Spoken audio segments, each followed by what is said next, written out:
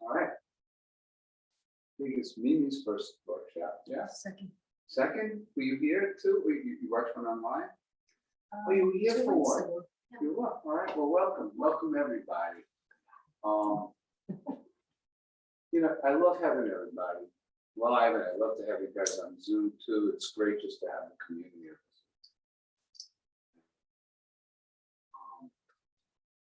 I learned creating these workshops. They'll learn by teaching. This is something, as you know, there's a lot of kids at the practice. Often, sometimes if you're here later, you'll see who's not for this time. There's lots of children who come here. And I actually started my training as a pediatric chiropractor about it must have been about 14 years ago. So I spent 2 years of intensive training to be able to do this. And I've been training ever since, actually. I don't stop. Right? Working with kids is just like really dear to my heart. And the thing with working with kids is that you realize that you're changing lives.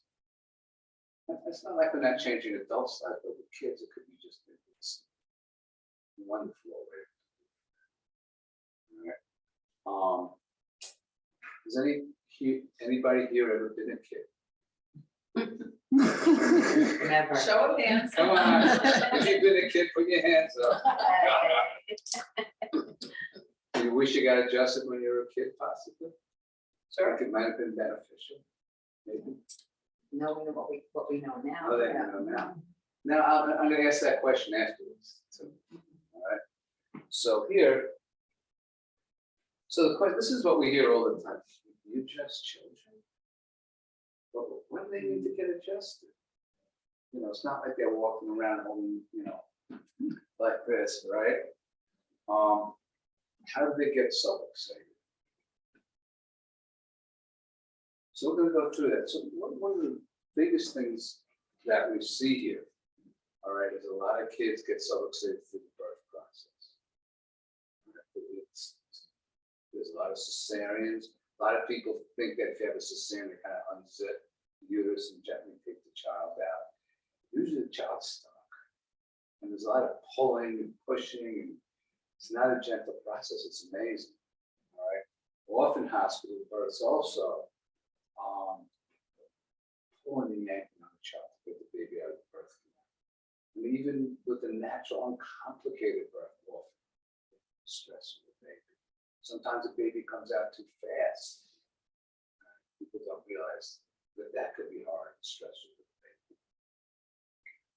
So the birth process could have something to do with it. Actually, I had a dream the other night, right, that I was a midwife assistant, right? And my job as the midwife was pulling the baby out. I was pulling on the mother. I swear to God. And I remember the dream vividly. Right, so the birth process itself can be rough. All right. Also, if babies are premature, often that can be very stressful. That's my story. I was born at 2.5 times. 3 months premature. I was in an incubator, actually, in an incubator. Very stressful to have that isolation. That's probably why I think I've been so drawn to it.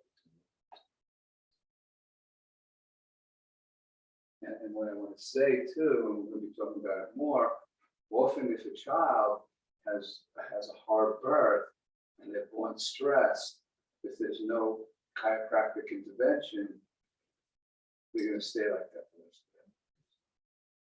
Stay stressed. We're going to be talking about, Kathy and Brenda have a lot of first-hand experience of what we see with the babies.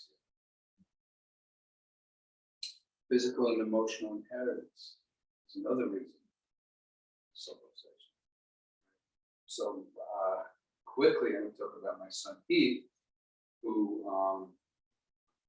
as I said, I had a very stressful beginning. And later in life, I found out that possibly very connected to that, I have a lot of what they call sensory integration issues, which has to do with the nervous system being overexpressed. Anxiety, of course, of that, and I was diagnosed with ADD as a kid. H to as a kid. So my son comes and what do we see? Same thing. Right? See the same thing. Now, the other thing I've been noticing with him, I destroyed my spine through a lot of different reasons. But one of the things is the way I walk.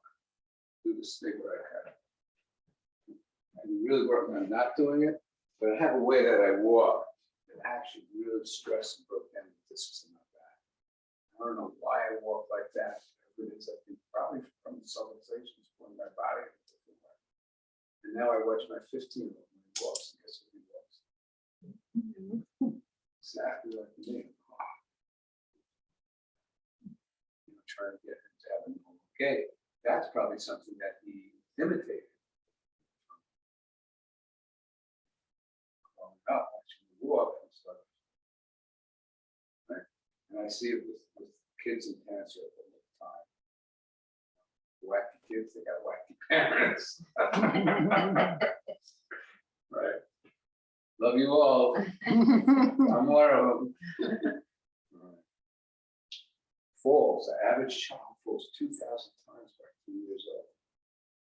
You see a little kid, they'll fall 50, 100 times down, not exaggerating. And if you don't think those falls cause subluxations, they do.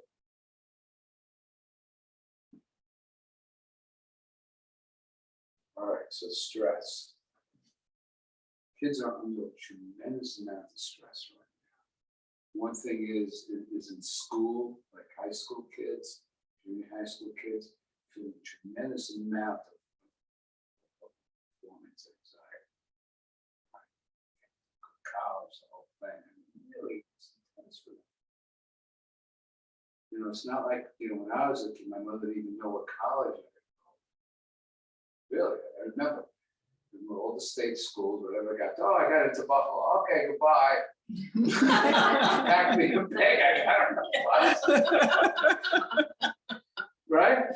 It's not like that anymore. Now it's like a whole other story. Social media puts a lot of stress on these kids. Everybody knows everybody's business, like that, whatever it is. And then I right, right. After, you know, we whack at kids out. We stress them out. Right? In fact, according to the National Institute of Health, 1 out of 3 adolescents from 30 experience some form of anxiety. 1 out of 3. Is that horrible? It's horrible, but it's true. I see it.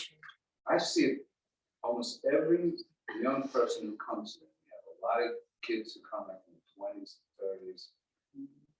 When they say they don't have anxiety, I'm like surprised.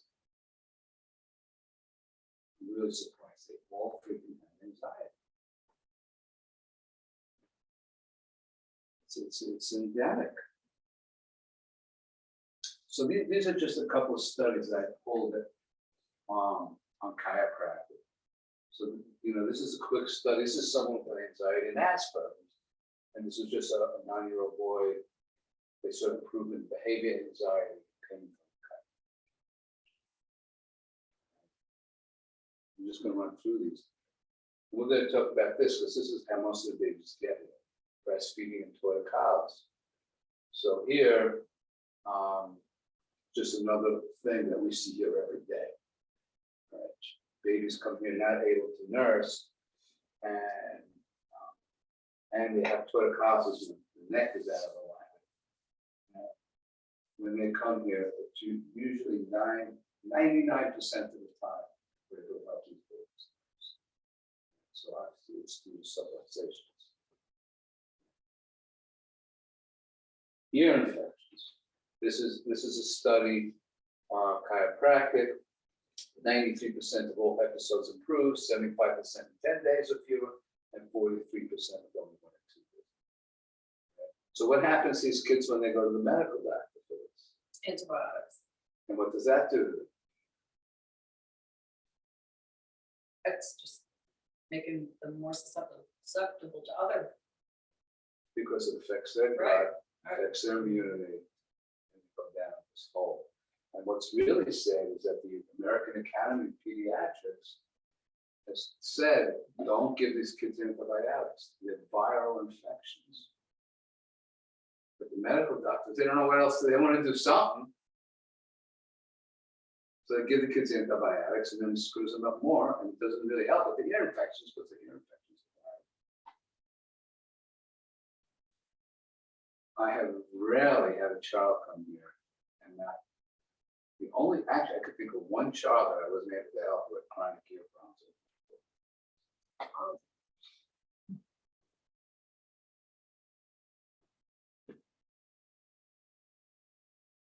Colic. How many colicky babies do we see? Lots. Lots. How often are we able to help them? I've seen it every time. And we're going to explain. This is a study, 104 children, and chiropractors able to stop the crying. But why are they crying? That's what we're going to talk about too. Asthma. After 3 months of chiropractic, spinal manipulation with optimal medical management, children rate their quality of life higher and their asthma severity is substantially lower. After a year. Immunity. This was a study done in 1978 where they looked at sick people, average people, the regular population, and then people under chiropractic care for 6 months or more. What they found is the average person had twice the immunity as a sick people. So these are people with cancer, people who are sick. But the chiropractic patients had twice the amount of immunity than the average person. That's worth knowing. And that's for kids. So, do you think that a kid with a chronic ear infection gets a different adjustment than a kid who comes in with asthma? No.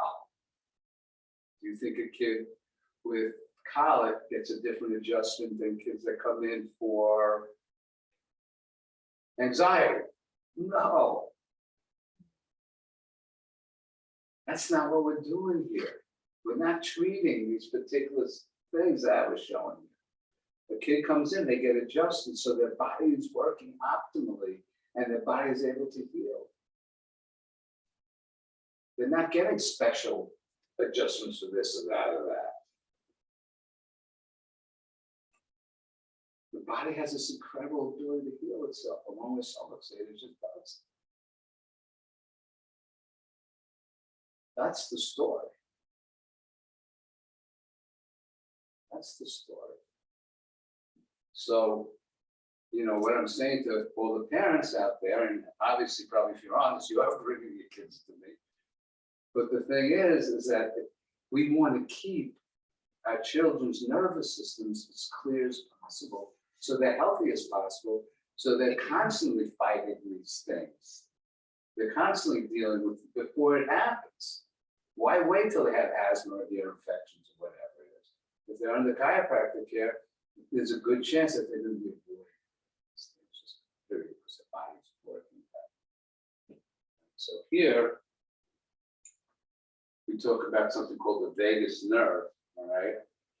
And the vagus nerve is brain-gut connection. All right? Gut's unhealthy, our whole body's unhealthy. It affects our mental behavior, it affects our immunity. We found that the gut actually has more neurons in the spinal cord. So it's like another brain, it's another nervous system. So the vagus nerve is that gut-brain connection, also goes to all the other organs, but also regulates the stress response. So the sympathetic and the parasympathetic. So I'm going to just go over this quickly. A lot of you have heard this, but I can't have to hear it again. Sympathetic is the stress response to fight or flight. Parasympathetic is relaxation, rejuvenation. Right. When we're subluxated, it creates a certain response in the body that causes us to go into the fight or flight. So here, what happens is that the spine's out of alignment, puts pressure on the nerve. Let's say this nerve goes to the stomach, it's going to affect the stomach. But there's also a feedback loop to the brain, to a certain part of the brain called the limbic system, which is the fight or flight part of the limbic system, part of the brain that puts our body in a fight or flight. So what happens when we go into more fight or flight? We tighten up more, which causes more subluxations.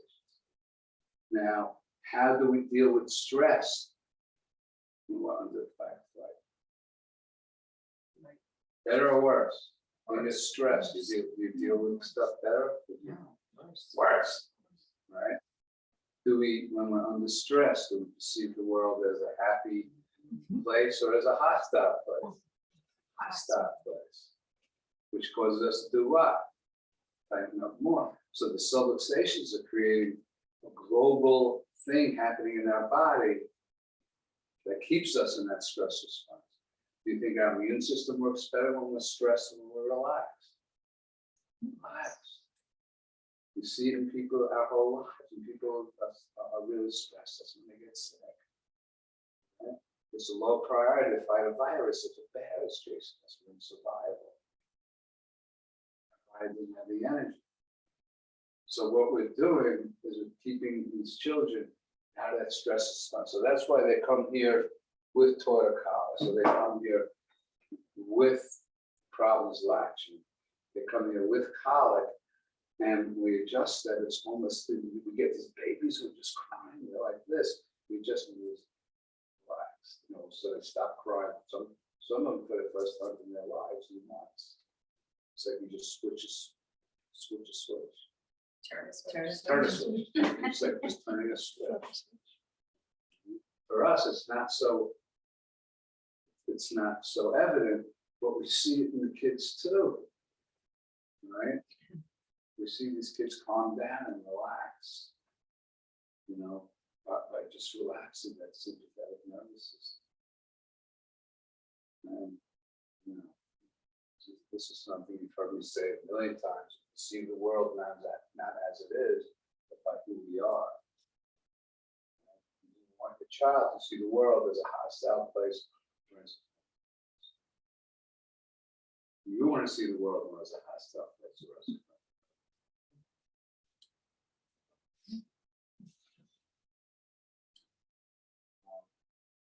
I'm going to tell the story. I haven't told this story of a specific kid.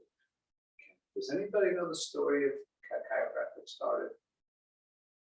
So you know the story. So I'm going to tell you guys the story. So D.D. Palmer, David Daniel Palmer, was what they call a magnetic healer in Davenport, Iowa, in 1895.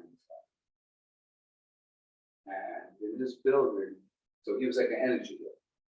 In this building was a man named Harvey Lillard, who was a janitor.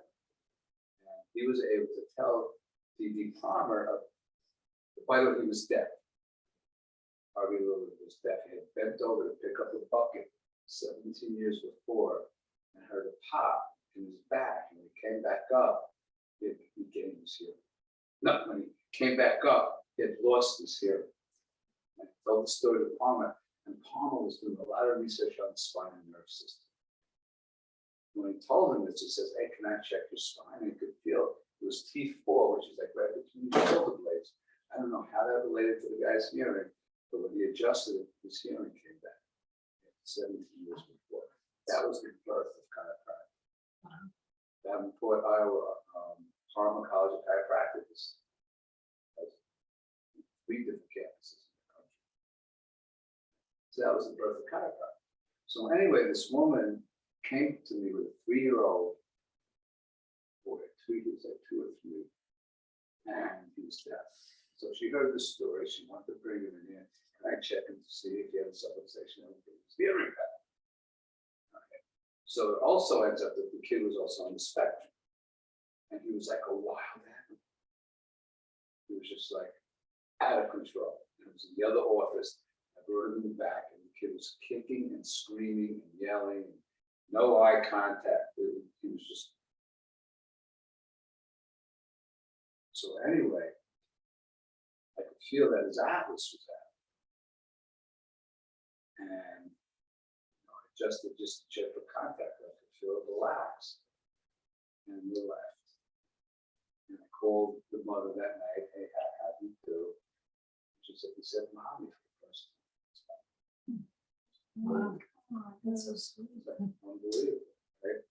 And it kept on coming, and slowly, the kid was like, after like a month, he was getting on the table by himself. And giving me hugs. Oh, that's really sweet. Incredible. And we have a kid on the spectrum here. We've seen incredible changes. And that's Incredible. all due to chiropractic, because a lot of people work with this kid. Oh, by the way, the kid didn't give me names here. But somehow he said, "Mommy." I don't quite understand the whole thing. honestly. So anyway, let's just close with that story. right? That's a good story.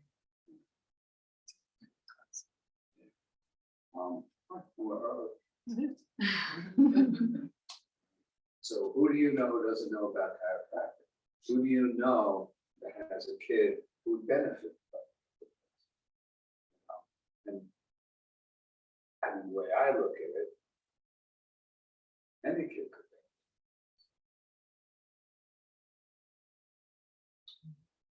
Thank you, guys. Thank you. Thank you, everyone. It's very interesting. Thank you.